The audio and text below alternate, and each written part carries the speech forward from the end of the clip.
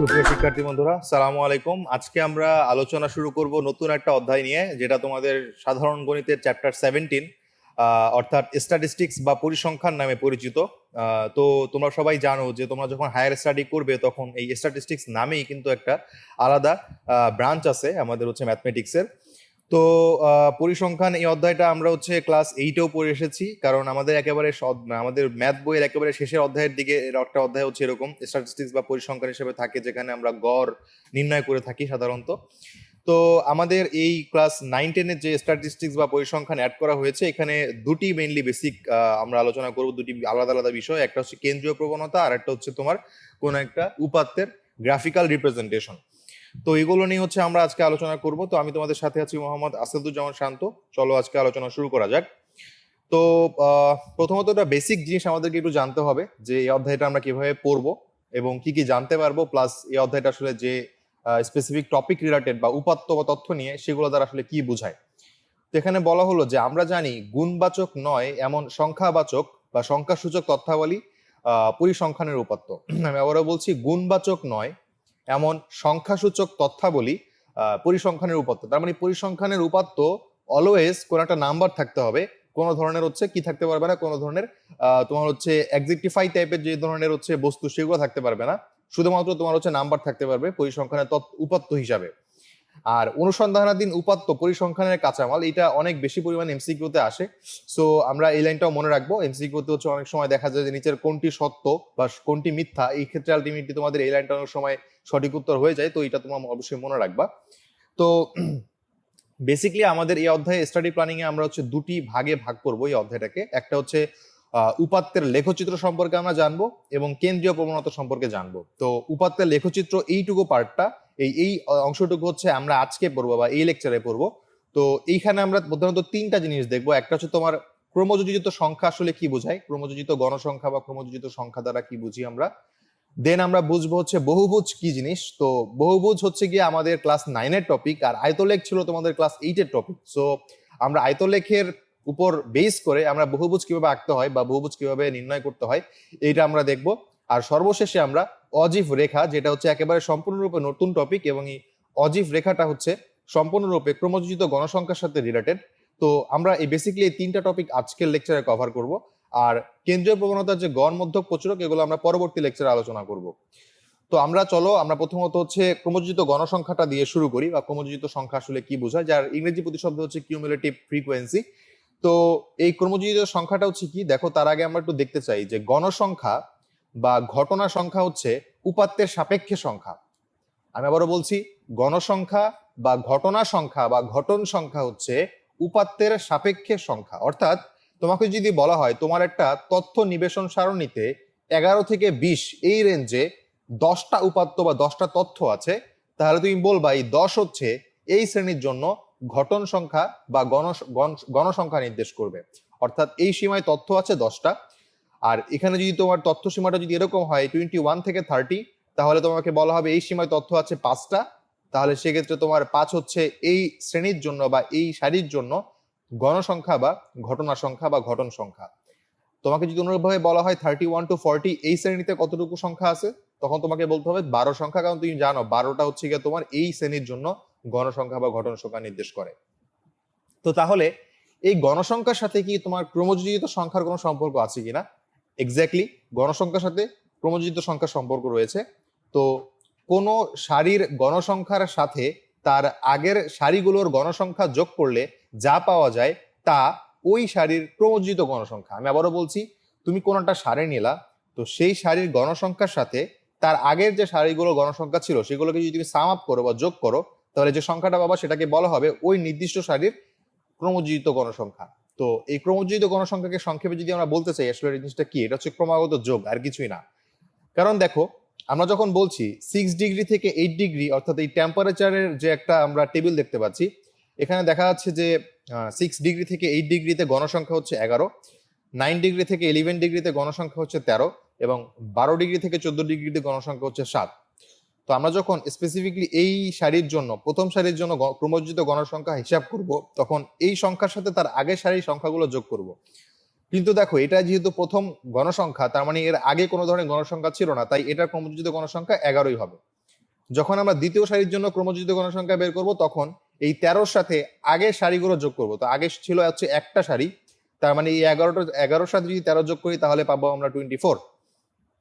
এরপরে যদি আমরা 12 থেকে 14 এই শ্রেণীর জন্য যদি ক্রমযোজিত গণসংখ্যা বের করি তাহলে এইখানে বা এই শ্রেণীতে তোমার গণসংখ্যা হচ্ছে 7, এবং এটার সাথে যদি আমরা আগের শ্রেণীগুলো গণসংখ্যা যোগ করি, আগের শ্রেণীগুলো গণসংখ্যা ছিল 11 + 13, অথবা আমরা এখান থেকে ক্যালকুলেট করতে পারি 24-এর সাথে যোগ করলে 7, আমরা পাচ্ছি 31। তার মানে স্পেসিফিকলি এই শ্রেণীর জন্য হচ্ছে 31 তোমার ক্রমযোজিত গণসংখ্যা।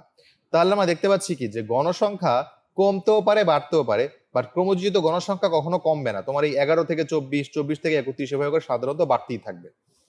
সো আশা করি আমরা গণসংখ্যা এবং ক্রমযোজিত গণসংখ্যার বেসিক পার্থক্য কি সেটা বুঝতে পারছি। সো চলো একটা এক্সাম্পল দেওয়া যাক। যে এখানে বলা হলো যে নিচে 40 জন শিক্ষার্থীর বার্ষিক পরীক্ষার ইংরেজিতে প্রাপ্ত নম্বর দেওয়া হলো, যার পূর্ণ নম্বর হচ্ছে 100-তে। তো প্রাপ্ত নম্বরের ক্রমযোজিত গণসংখ্যা সারণী তৈরি করো। তাহলে এখানে একটা তোমার তথ্য নিবেশন দেওয়া হলো 70, 40, 35 আপ টু এখান থেকে পুরোটা নিলে লাস্টে 72 পর্যন্ত একটা টোটাল 40 জন শিক্ষার্থীর একটা নাম্বার দেওয়া হলো ইংরেজি পরীক্ষার। ও আচ্ছা, আরো আছে, এই লাইনে আরো আছে। সো এই সবগুলো মিলে 40টা হচ্ছে গিয়ে তথ্য দেওয়া আছে আমাদের কাছে। সো এখন আমরা যদি এটাকে সমাধান করতে চাই তাহলে অবশ্যই আমাদেরকে কি করতে হবে? আমাদেরকে অবশ্যই একটা তথ্য নিবেশন ছক বা যেটাকে বলে টেবিল তৈরি করতে হবে, যেই টেবিলে আমাদের হচ্ছে যেহেতু এটা অবিন্যস্ত উপাত্ত, তাই এটাকে আমাদেরকে বিন্যস্ত করে নিতে হবে। সো এবং শ্রেণীসীমা যুক্ত উপাত্তে পরিণত করতে হবে। সো এই জন্য হচ্ছে আমরা এখানে এই পুরো তথ্যমালার ভিতরে সর্বোচ্চ নাম্বার, যেটা সর্বোচ্চ মান মাইনাস সর্বনিম্ন মান +1, এটার মাধ্যমে আমরা জানতে পারি আমাদের এই উপাত্তের পরিধি কত হয়। তো আমরা দেখতে পাচ্ছি এখানে সর্বোচ্চ নাম্বার হচ্ছে 90 আর সর্বনিম্ন নাম্বার হচ্ছে এখান থেকে 35, যেটা হচ্ছে এটা 35 আর এখান থেকে 90 হচ্ছে এখানে। সো 90 - 35 + 1 করলে আমরা দেখতে পাচ্ছি 56 হচ্ছে গিয়ে কি হয়, 56 হচ্ছে গিয়ে আমাদের উপাত্তের পরিধি হয়। তো উপাত্তের পরিধি যদি 56 হয় তাহলে সেক্ষেত্রে আমরা যদি শ্রেণী ব্যাপ্তি দিয়ে বা শ্রেণী ব্যবধান দিয়ে যদি হচ্ছে এই উপাত্তের পরিধিকে ভাগ করি তাহলে কতগুলো শ্রেণী করতে হবে সেটা পাওয়া যাবে। তো সে ফর এক্সাম্পল যদি আমরা ধরি যে শ্রেণী ব্যবধান যদি আমরা 5 করে নেই তাহলে আমাদের টোটাল শ্রেণী সংখ্যা হবে উপাত্তের পরিধি ডিভাইড বাই শ্রেণী ব্যবধান, দ্যাট ইজ 11.2, বা এটাকে যদি ফুল করে ফেলি তাহলে আমরা 12 পাচ্ছি, অর্থাৎ 12টা শ্রেণী পাবো যদি আমরা 5 করে শ্রেণী ব্যবধান ধরি। যদি আমরা এখানে 10 করে শ্রেণী ব্যবধান ধরতাম তাহলে সেক্ষেত্রে আমরা 56 ডিভাইড বাই, আমি যদি এখানে একটু লিখি, যদি আমরা এখানে 5 না ধরে যদি এখানে আমরা 10 ধরতাম তাহলে এখানে হতো 56 ডিভাইডেড বাই 10, সো আমরা পেতাম 5.6, এন্ড এটাকে যদি পূর্ণ সংখ্যা করি তাহলে 6 পাওয়া যায়, অর্থাৎ 6টা শ্রেণী পেতাম। বাট যেহেতু আমরা এখানে 5টা ধরলাম সো এই জন্য আমাদের শ্রেণী সংখ্যা হচ্ছে 12। তো এই জিনিসটা আমরা একটু আশা করি মাথায় রাখবো যে কখন কোনটা চেঞ্জ হচ্ছে। সো এবার সুতরাং শ্রেণী ব্যবধান 5 ধরে ক্রমযোজিত গণসংখ্যা সারণী হবে নিম্নরূপ, যেটা হচ্ছে আমরা পরবর্তী পৃষ্ঠাতে দেখতে পাচ্ছি। যে 35 থেকে যদি আমরা শুরু করি, 35 থেকে 39 পর্যন্ত একটা শ্রেণী, 40 থেকে 44 পর্যন্ত একটা শ্রেণী। তো প্রথম শ্রেণীতে আমরা দেখতে পাচ্ছি গণসংখ্যা 2, দ্বিতীয় শ্রেণীতে দেখতে পাচ্ছি গণসংখ্যা 2, তৃতীয় শ্রেণীতে গণসংখ্যা 5, চতুর্থ শ্রেণীতে 3। এভাবে করে আমরা আমাদের যে এই পৃষ্ঠাতে বা এইখানে যে আলটিমেটলি ডাটাগুলো দেওয়া ছিল এই ডাটাগুলো থেকে আমরা একটা ফুললি ট্যালি চিহ্নযুক্ত একটা কলাম করলাম, এবং এই ট্যালি থেকে আমরা গণসংখ্যাযুক্ত একটা কলাম করলাম। সো আমরা যেটা এবার পাচ্ছি, আমরা হচ্ছে আমাদের শ্রেণীসীমা পাচ্ছি এই বরাবর, এবং এই বরাবর আমরা গণসংখ্যা পাচ্ছি। তো আমাদেরকে ক্রমযোজিত গণসংখ্যার ছক তৈরি করতে হবে বা ক্রমযোজিত গণসংখ্যাগুলো বের করতে হবে। সো অ্যাজ ইউজুয়াল প্রথম শ্রেণীর জন্য গণসংখ্যার ইজ ইকুয়াল টু হচ্ছে তোমার ক্রমযোজিত সংখ্যা, সো এই জন্য এখানে 2 হয়ে গেল। যদি আমরা দ্বিতীয় শ্রেণীর কথা যদি চিন্তা করি তাহলে দ্বিতীয় শ্রেণীর জন্য ক্রমযোজিত গণসংখ্যাটা হবে তার আগেরটার সাথে যোগ করতে হবে, অর্থাৎ 2 এর সাথে 2 যোগ করলে 4 হবে। অনুরূপভাবে 3 নম্বরের জন্য 5 এর সাথে তার আগেরগুলো যোগ করতে হবে, অর্থাৎ 2 2 4 আর 5 9। অনুরূপভাবে 4 নম্বরের জন্য এই 3 এর সাথে আগেরগুলো যোগ করতে হবে, দ্যাট ইজ 5 4 9 আর 3 12, সো এখানে 12 হলো। সো শর্টকাটে তোমরা যেটা করতে পারো যে তোমরা যে শ্রেণীর জন্য বা যে সারির জন্য তোমরা ক্রমযোজিত গণসংখ্যা বের করবা তার আগের সারির ক্রমযোজিত গণসংখ্যার সাথে ওই শ্রেণীর গণসংখ্যাকে যদি যোগ করো তাহলে তোমরা স্পেসিফিকলি শর্টকাটে তুমি হচ্ছে ওই শ্রেণীর ক্রমযোজিত গণসংখ্যা পেয়ে যাবা। সে ফর এক্সাম্পল আমরা যদি 75 থেকে 79 এই শ্রেণীর জন্য যদি করতে চাই, একের সাথে তোমার এই আগেরগুলো যোগ করতে হবে। সো এই জন্য তুমি যেটা করবা, এই একের সাথে তুমি আগের শ্রেণীর ক্রমযোজিত গণসংখ্যাগুলো যোগ করে দিবা, দ্যাট ইজ 35।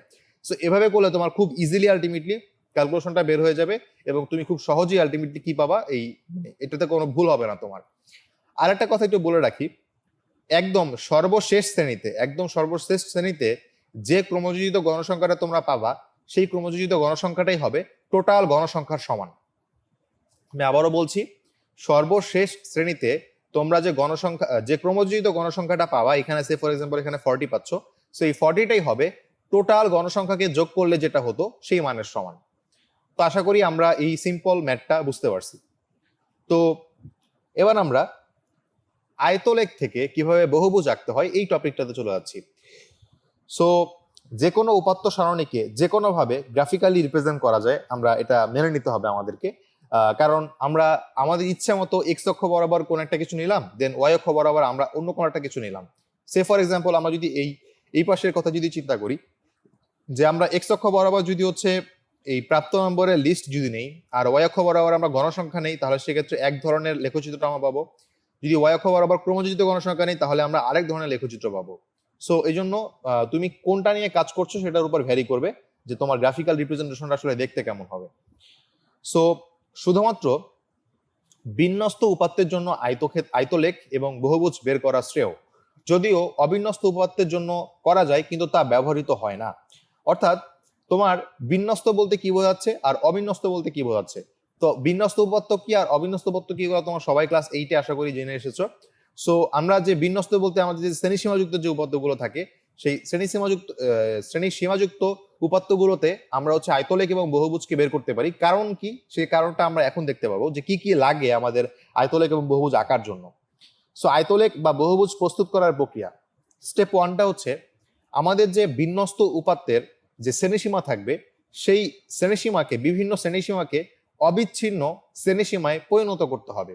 যেমন তোমাকে যদি বলা হয় যে 6 to 10 একটা শ্রেণী, পরের শ্রেণী হচ্ছে 11 to 15 এবং পরের সারি হচ্ছে 16 to 20, তাহলে দেখো আমরা যদি 6 থেকে 10-এর পরে আমরা পাচ্ছি 11, তার মানে 10 থেকে 11-এর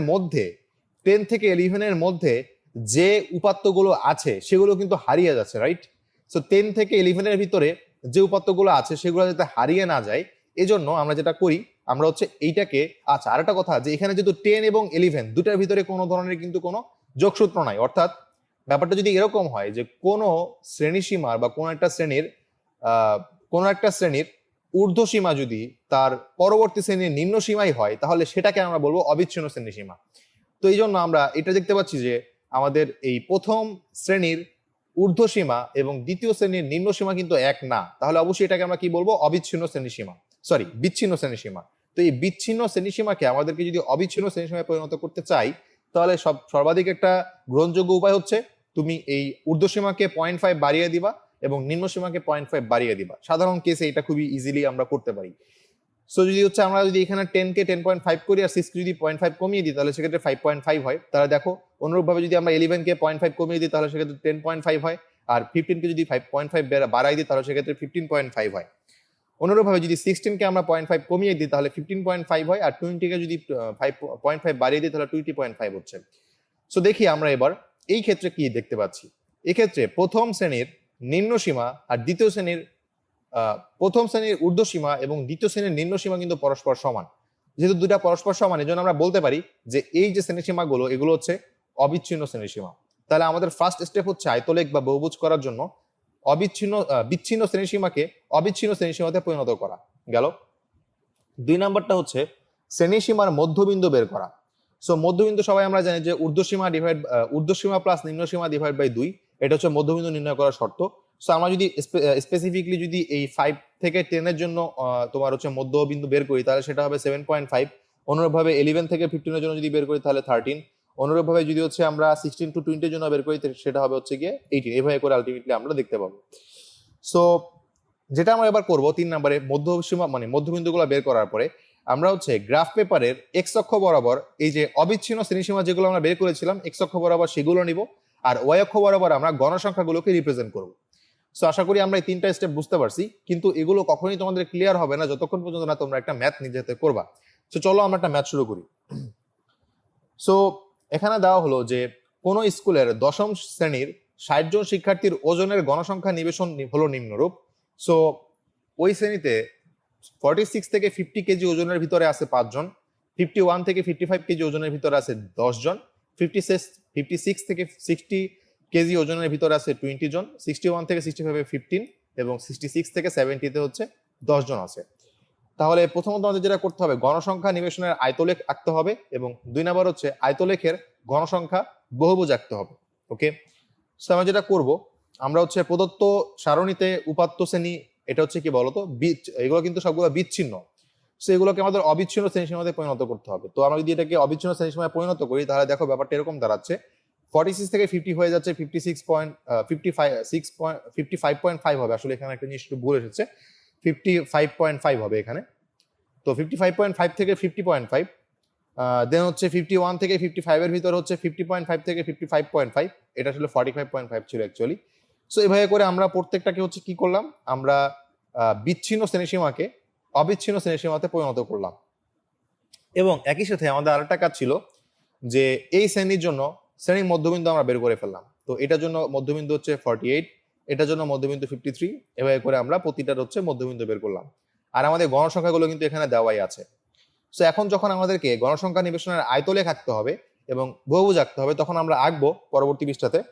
সো আমরা ছক কাগজের বা গ্রাফ পেপারের প্রতি ঘরকে 5 একক ধরে আমরা এক্স অক্ষ বরাবর শ্রেণীসীমা নিচ্ছি এবং ওয়াই অক্ষ বরাবর আমরা গণসংখ্যা নিয়ে নিচে আয়তলেখ আঁকতেছি আমরা। সো এক্স অক্ষ বরাবর শ্রেণীসীমা 45.5 থেকে আরম্ভ হয়েছে এবং মূলবিন্দু থেকে 45.5 পর্যন্ত পূর্ববর্তী ঘরগুলো আছে বোঝাতে ছেদ চিহ্ন ব্যবহার করা হয়েছে। আমরা যদি একটু খেয়াল করি যে এই জায়গাটাতে আমরা 0 থেকে শুরু হয়েছে, কিন্তু আমরা 45.5 থেকে আমরা ডেটাগুলো ইনপুট করেছি। সো আমরা যেটা করব, আমরা হচ্ছে গিয়ে এই আগের অংশটুকু যেহেতু আমাদের ডেটা নাই, সেই জন্য আমরা এটাকে হচ্ছে দুটি চিহ্ন দ্বারা আমরা এটাকে বোঝায় হচ্ছে ছেদ চিহ্ন বোঝায়, অর্থাৎ এর আগে কোনো ডেটা নাই। সো এটা আমরা করে দিলেই হয়ে যাবে। সো আমরা যেটা দেখতে পাচ্ছিলাম যে 45 থেকে 55 এর ভিতরে 50.5 এর ভিতরে আছে হচ্ছে 5 জন, অন্যভাবে 50.5 থেকে 55.5 এর ভিতরে আছে তোমার 10 জন। এভাবে করে দেখো আমাদের প্রতিটা শ্রেণীসীমাতেই, অর্থাৎ অবিচ্ছিন্ন শ্রেণীসীমাগুলো আমরা এখানে নিয়েছি, আর এই শ্রেণীর আন্ডারে 5 জন, এই শ্রেণীর আন্ডারে 10 জন, এই শ্রেণীর আন্ডারে 20 জন, এভাবে করে প্রতিটা শ্রেণীর জন্য যতগুলো গণসংখ্যা ততটুকু পর্যন্ত আমরা দাগ দিয়েছি। সো এই যে মানে এই যে লেখগুলো, এই যে লেখটা পেলাম, এটাকে বলা হচ্ছে এই গণসংখ্যা নিবেশন সারণীর আয়তলেখ। সো এবার আয়তলেখ থেকে যদি আমরা গণসংখ্যা নিবেশন সারণী যদি বহুভুজ আঁকতে চাই, তাহলে আয়তলেখ থেকে বহুভুজ আঁকার জন্য আয়তলেখের আয়তসমূহের ভূমির সমান্তরাল বিপরীত বাহুর মধ্যবিন্দুগুলো নির্ধারণ করা হয়েছে। চিহ্নিত মধ্যবিন্দুগুলো রেখাংশ দ্বারা সংযুক্ত করে গণসংখ্যা বহুভুজ আঁকা হয়েছে। গণসংখ্যা বহুভুজ সুন্দর দেখানোর জন্য প্রথম এবং শেষ আয়তের মধ্যবিন্দু সংযোজক রেখাংশের প্রান্তবিন্দু দ্বয় শ্রেণী ব্যবধান নির্দেশক এক্সকের সাপেক্ষে যুক্ত করা হয়েছে। একটু আমরা এটা যদি একটু দেখতে চাই, তাহলে ব্যাপারটা হচ্ছে এরকম যে আমাদের এই দুটি এই শ্রেণীসীমার জন্য মধ্যবিন্দু হচ্ছে এইটা। সো এই জন্য এখানে একটা আমরা ফোঁটা দিয়েছি বা একটা আমরা বিন্দু নিয়েছি। অন্যভাবে এটার জন্য আমরা একটা বিন্দু নিয়েছি এই পয়েন্টের জন্য, অন্যভাবে আমরা এই পয়েন্টের জন্য একটা বিন্দু নিয়েছি, তারপরে অন্যভাবে এই পয়েন্টের জন্য একটা বিন্দু নিয়েছি। মানে এভাবে করে প্রতিটা শ্রেণীর জন্য, এই শ্রেণীর জন্য মধ্যবিন্দু এটা, এই শ্রেণীর জন্য মধ্যবিন্দু এটা, এটার জন্য মধ্যবিন্দু এটা, এই শ্রেণীর জন্য মধ্যবিন্দু এটা, এই শ্রেণীর জন্য মধ্যবিন্দু এটা। পরবর্তীতে এই মধ্যবিন্দুগুলো পরস্পর যোগ করে দিয়েছি, এগুলো পরস্পর যোগ করে দিয়েছি। তো দেখো ফার্স্টের যে বিন্দুটা আর একেবারে লাস্টের যে বিন্দুটা, এই দুটাকে একেবারে হচ্ছে এক্স অক্ষের সাথে মিশিয়ে দেওয়া হয়েছে যাতে করে আমাদের বহুভুজটা দেখতে সুন্দর হয়। That's why. সো আমাদের এই যে গ্রাফটা আমরা দেখতে পাচ্ছি, এটা হচ্ছে আমাদের এই গণসংখ্যা নিবেশন সারণীর বহুভুজ। সো এক্স্যাক্টলি এই নিয়মেই সকল ধরনের হচ্ছে আয়তলেখ এবং বহুভুজ তোমরা করতে পারবা। যে কোনো ধরনের ম্যাথ আসলেই তোমরা পারবা আশা করি। জাস্ট কাজ তিনটা। প্রথম কাজ হচ্ছে আমাদের সেটা যদি অবিচ্ছিন্ন হয়ে থাকে, সেই শ্রেণীসীমাটা যদি অবিচ্ছিন্ন হয়ে থাকে, তাহলে তো অবিচ্ছিন্নই। সো ওইখান থেকে আমাদের কাজ শুরু করতে হবে। আর যদি অবিচ্ছিন্ন না থাকে, যদি বিচ্ছিন্ন অবস্থায় থাকে, তাহলে ওই বিচ্ছিন্নটাকে অবিচ্ছিন্নতে পরিণত করে নিতে হবে। পাশাপাশি ওই শ্রেণীসীমার মধ্যবিন্দু বের করতে হবে এবং পরবর্তীতে আয়তলেখ এবং বহুভুজ আঁকতে হবে। সো এবার আমরা যদি দেখি যে গণসংখ্যা বহুভুজ কোনো অবিচ্ছিন্ন উপাত্তের শ্রেণী ব্যবধানের বিপরীতে গণসংখ্যা নির্দেশক বিন্দুসমূহকে পর্যায়ক্রমে রেখাংশ দ্বারা যুক্ত করে যেটি চিত্র পাওয়া যায় তাই হলো গণসংখ্যা বহুভুজ। তো এখানে দেখো যে লক্ষ্য করো, এখানে রেখাংশগুলো প্রতিটি শ্রেণীর মধ্যবিন্দু বরাবর। সো এই জন্য হচ্ছে আমরা এই জিনিসগুলোকে বলা হবে, মানে এই রেখাংশগুলোকে বলা হবে হচ্ছে বহুভুজ নির্দেশক রেখাংশ বা সংক্ষেপে গণসংখ্যা বহুভুজ। সো তোমাদেরকে যদি বলা হয় আরেকটা শ্রেণীসীমা দেওয়া হলো যে এই শ্রেণীসীমার জন্য তোমরা বহুভুজ অঙ্কন করো, তাহলে এখানে মধ্যবিন্দুগুলো দেওয়া আছে। জাস্ট যে কাজটা করতে হবে, তোমাদেরকে দেখতে হবে যে এটা বিচ্ছিন্ন নাকি অবিচ্ছিন্ন। দেখো এটা কিন্তু পরস্পর অবিচ্ছিন্ন, কারণ দেখো প্রথম শ্রেণীর ঊর্ধ্বসীমা এবং দ্বিতীয় শ্রেণীর নিম্নসীমা পরস্পর সমান। দেখো এই ক্ষেত্রে যে আগের শ্রেণীর ঊর্ধ্বসীমা পরের শ্রেণীর নিম্নসীমা পরস্পর সমান, এই জন্য আমরা বলবো এটা হচ্ছে একটা অবিচ্ছিন্ন অবিচ্ছিন্ন হচ্ছে শ্রেণীসীমা। সো জাস্ট এবারে যে কাজটা করতে হবে, এক্স অক্ষ বরাবর আমাদের এটা প্লট করতে হবে এবং ওয়াই অক্ষ বরাবর আমাদের এটা প্লট করতে হবে এবং পরবর্তীতে এই মধ্যবিন্দুগুলো হচ্ছে যোগ করতে হবে। মধ্যবিন্দুগুলো যোগ করে দিলে আমরা ফাইনালি পেয়ে যাব আমাদের হচ্ছে উত্তরটা আর কি। সো এরকম ভাবে একটা উত্তর আসার কথা।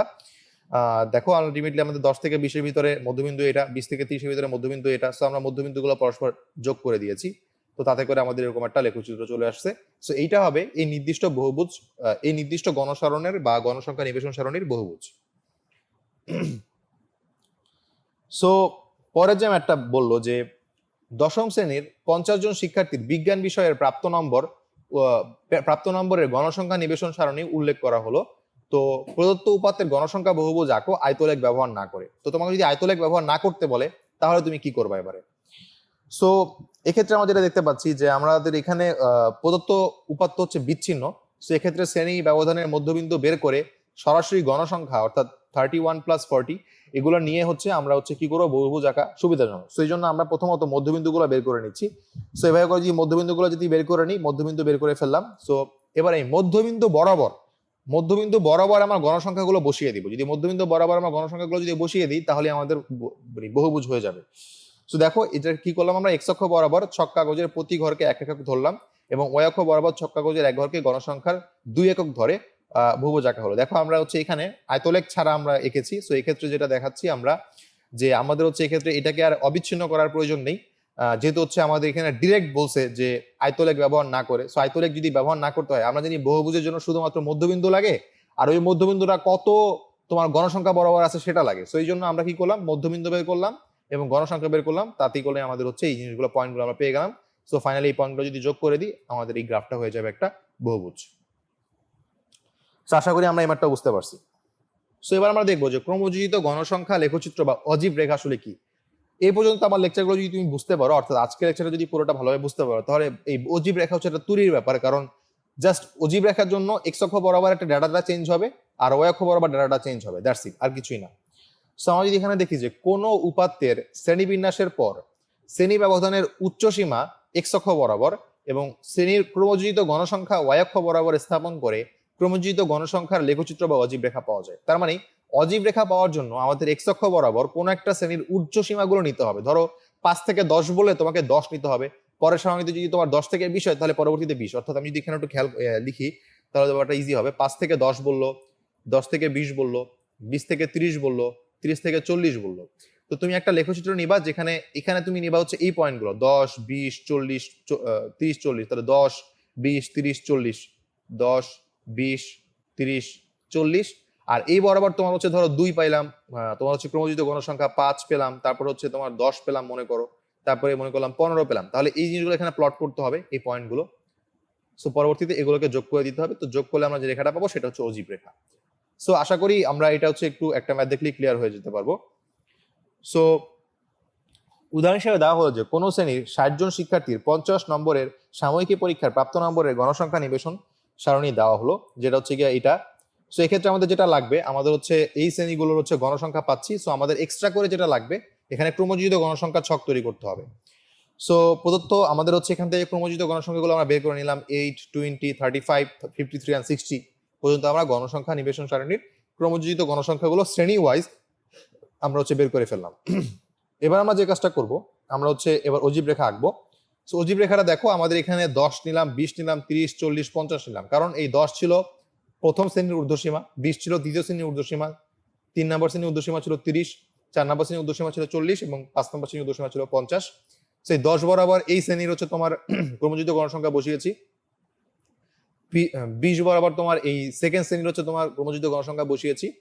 30 বরাবর তোমার হচ্ছে ওই শ্রেণীর ক্রমযোজিত গণসংখ্যা। এভাবে করে সবগুলো যদি ক্রমযোজিত গণসংখ্যা যোগ বসাই এবং পরবর্তীতে যদি একটি রেখা দ্বারা যোগ করি তাহলে আমরা যে রেখাটা পাচ্ছি এটাকে বলা হবে হচ্ছে অজীব রেখা বা ক্রমযোজিত গণসংখ্যা লেখচিত্র। সো আমরা দেখতে পাচ্ছি এখান থেকে একটা জিনিস যে অজীব রেখা কিন্তু অলওয়েজ তোমার হচ্ছে উপরের দিকে করতে থাকবে। অর্থাৎ অজীব রেখা কিন্তু কখনোই তোমার নিচে নামে না, অজীব রেখা কখনো হচ্ছে নিচের দিকে আসে না। অজীব রেখা অলওয়েজ হচ্ছে উপরের দিকে করতে থাকে। অর্থাৎ অজীব রেখার ফিউচারে কোনো সমাপ্তি নাই। বাট আমরা গণসংখ্যা যখন আমরা বহুভুজ দেখেছিলাম তখন কি করছিলাম, এবার আবার উঠছি আবার নামছি বা ওঠানামা ছিল। বাট এক্ষেত্রে আমরা দেখতে পাচ্ছি শুধুমাত্র উপরের দিকে উঠবে অজীব রেখা। সো তোমাদের পরীক্ষা আসতে পারে যে অজীব রেখার ঢাল অলওয়েজ খাড়া থাকে নাকি তোমার বহুভুজের ঢাল অলওয়েজ খাড়া থাকে। সো এটা আসলে তোমাদের একটু বুঝে উত্তরটা করতে হবে যে অজীব রেখাটা অলওয়েজ খাড়া থাকবে। সো আশা করি আমরা সোফার আজকে লেকচারটা বুঝতে পারছি। সো আমরা হচ্ছে পরের লেকচারে আমরা হচ্ছে কেন্দ্রীয় প্রবণতা নিয়ে আলোচনা শুরু করবো। তো সেই ভিডিও দেখার আমন্ত্রণ জানিয়ে আমি এখানে বিদায় নিচ্ছি। ধন্যবাদ সবাইকে।